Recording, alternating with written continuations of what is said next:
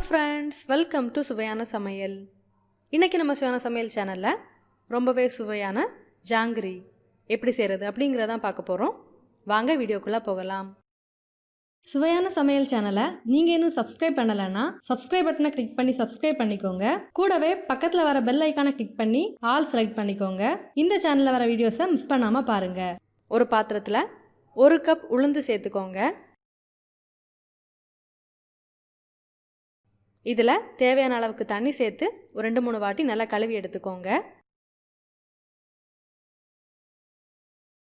உளுந்த நல்லா கழுவி எடுத்ததுக்கு அப்புறமா இதில் தேவையான அளவுக்கு தண்ணி சேர்த்து இதை ஒரு 1.5லேருந்து 2 மணி நேரம் நல்லா ஊற விடுங்க. பாருங்கள், உளுந்த தண்ணியில் நல்லாவே ஊற வச்சு எடுத்தாச்சு. 1லேருந்து 2 மணி நேரம் வரைக்கும் நீங்கள் ஊற வச்சு எடுத்தீங்க அப்படின்னாலே போதும். அதை விட அதிக நேரம் உளுந்த தண்ணியில் ஊற விட தேவையில்லை. பாருங்கள், உளுந்து நல்லாவே ஊறி வந்திருக்கு. இப்போ இந்த தண்ணியை நல்லா வடிகட்டி எடுக்கலாம். தண்ணியை நல்லாவே வடிகட்டி எடுத்தாச்சு. இப்போ ஒரு மிக்ஸி ஜாரில் இந்த உளுந்தை கொஞ்சம் கொஞ்சமாக சேர்த்து நல்லா நைஸாக அரைச்சி எடுத்துக்கோங்க. இப்போ இந்த உளுந்தை அரைச்சி எடுக்கிறதுக்கு கொஞ்சமாக தண்ணி சேர்க்கலாம். தண்ணி அதிகமாக சேர்த்துறாதீங்க. இதை நல்லா அரைச்சி எடுத்ததுக்கப்புறமா பார்க்கலாம்.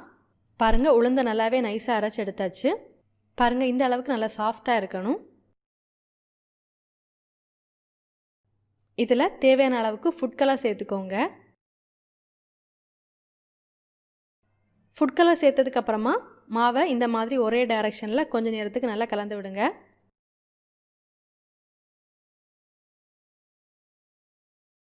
பார்த்தீங்கன்னா தெரியும் மாவு எந்த அளவுக்கு நல்லா சாஃப்டாக இருக்குன்னு. மாவை நல்லா கலந்து எடுத்ததுக்கப்புறமா இதில் ஒரு 2 டேபிள் ஸ்பூன் அரிசி மாவு சேர்த்துக்கோங்க. அரிசி மாவை நல்லா சலிச்சிட்டு சேர்த்துக்கோங்க. அரிசி மாவை லைட்டாக ஒரு கிறிஸ்பினஸுக்காக தான் நம்ம சேர்க்குறோம். நீங்கள் தேவைப்பட்டால் மட்டும் சேர்த்துக்கோங்க. அரிசி மாவு சேர்த்துட்டு மறுபடியும் நல்லா கலந்து விட்டுக்கோங்க.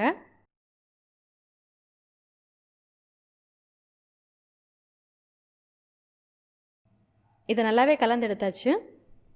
மாவோட பதம் பாருங்கள், இந்த மாதிரி தான் இருக்குது.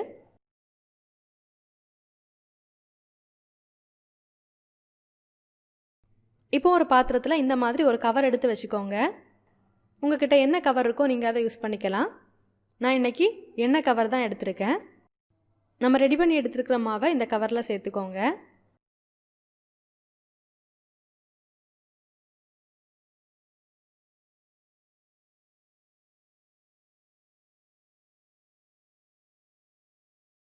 மாவை கவரில் சேர்த்ததுக்கப்புறமா இந்த மாதிரி கவரை எடுத்து இதில் ரப்பர் பேண்ட் போட்டுக்கோங்க. அப்போதான் மாவு வெளியே வராமல் இருக்கும்.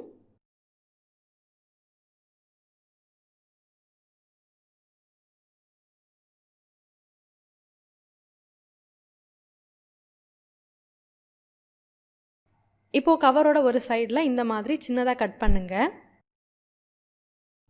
ஜாங்கிரியை எண்ணெயில் போடுறதுக்கு முன்னாடி இந்த மாதிரி ஒரு பிளேட்டில் ஒரு வாட்டி போட்டு பார்த்துக்கோங்க. அப்போது தான் எண்ணெயில் போடும்போது ஈஸியாக இருக்கும். முதல்ல 2 ரவுண்ட் போட்டதுக்கப்புறமா அதுக்கு மேலே சின்ன சின்ன பூ மாதிரி போடுங்க.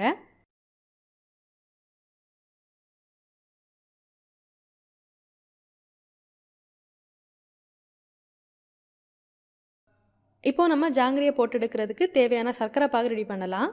ஒரு கடாயில் 1.5 கப் அளவுக்கு சர்க்கரை சேர்த்துக்கோங்க. கூடவே 1 கப் அளவுக்கு தண்ணி சேர்த்துக்கோங்க.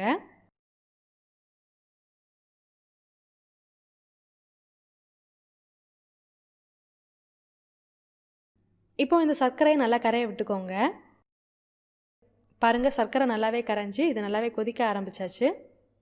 இதை மிதமான தீயில ஒரு 2-3 நிமிஷத்துக்கு நல்லா கொதிக்க விடலாம். இதில் கொஞ்சமாக ஏலக்காய் தூள் சேர்த்துக்கோங்க வாசனைக்காக. இப்போ பார்த்தீங்கன்னா சர்க்கரை பாகு கொஞ்சம் கெட்டியாகி வந்திருக்கு. நம்ம பாகுப்பதம் செக் பண்ணலாம். பாருங்கள், அரை கம்பி பாகுப்பதம் வந்தாச்சு. நம்மளோட சர்க்கரை பாகு ரெடி ஆயிடுச்சு. இப்போ ஸ்டவ் ஆஃப் பண்ணலாம். இதில் கொஞ்சமாக எலுமிச்சம் பழத்தோட சாறு சேர்த்துக்கோங்க. சேர்த்துட்டு ஒரு வாட்டி நல்லா கலந்து விட்டுருங்க. இதை எடுத்து தனியாக வைக்கலாம். இப்போ இந்த மாதிரி அடித்தட்டையான ஒரு கடாய் எடுத்துக்கோங்க. இதில் ஜாங்கிரியை ஃப்ரை பண்ணுறதுக்கு தேவையான அளவுக்கு எண்ணெய் சேர்க்கலாம். எண்ணெய் சூடானதுக்கப்புறமா இந்த மாதிரி 2 ரவுண்ட் போட்டதுக்கப்புறமா அதுக்கு மேலே சின்ன சின்ன பூ மாதிரி போடுங்க.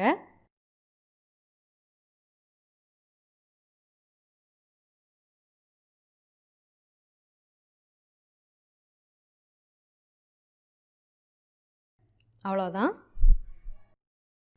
ஒரு பக்கம் நல்லா ஃப்ரை ஆனதுக்கப்புறமா இதை திருப்பி போட்டு ஃப்ரை பண்ணுங்கள்.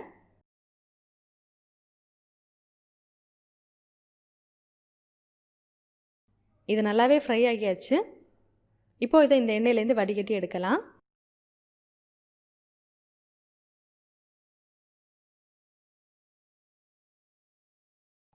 இப்போது இது நம்ம சர்க்கரை பாகில் சேர்க்கலாம். இது ஒரு 5 நிமிஷத்துக்கு சர்க்கரை பாகில் நல்லா ஊற வச்சு எடுத்துக்கோங்க. ஒரு பக்கம் சர்க்கரை பாகில் நல்லா ஊறினதுக்கப்புறமா இதை திருப்பி விடலாம். இந்த மாதிரி எல்லாத்தையுமே எண்ணெயில் போட்டு ஃப்ரை பண்ணி சர்க்கரை பாகில் ஊற வச்சு எடுத்துக்கோங்க. பாருங்கள், நம்மளோட சுவையான ஜாங்கிரி ரெடி ஆகிடுச்சு. நீங்களும் இந்த மாதிரி செஞ்சு பாருங்கள். செஞ்சு பார்த்ததுக்கப்புறமா உங்கள் கமெண்ட்ஸை மறக்காமல் எங்களோட ஷேர் பண்ணுங்கள். இந்த வீடியோ உங்களுக்கு யூஸ்ஃபுல்லாக இருந்துச்சு அப்படின்னா உங்கள் நண்பரோட பகிர்ந்து கொள்ளுங்கள். நீங்கள் இன்னும் நம்ம சுவையான சமையல் சேனலை சப்ஸ்கிரைப் பண்ணலைன்னா மறக்காமல் சேனலை சப்ஸ்கிரைப் பண்ணிக்கோங்க. இந்த மாதிரி சுவையான ஒரு ரெசிபியோட நான் உங்களை சந்திக்கிறேன். அது வரைக்கும் சுவையாக சமைங்க, சுவையாக சாப்பிடுங்க. நன்றி.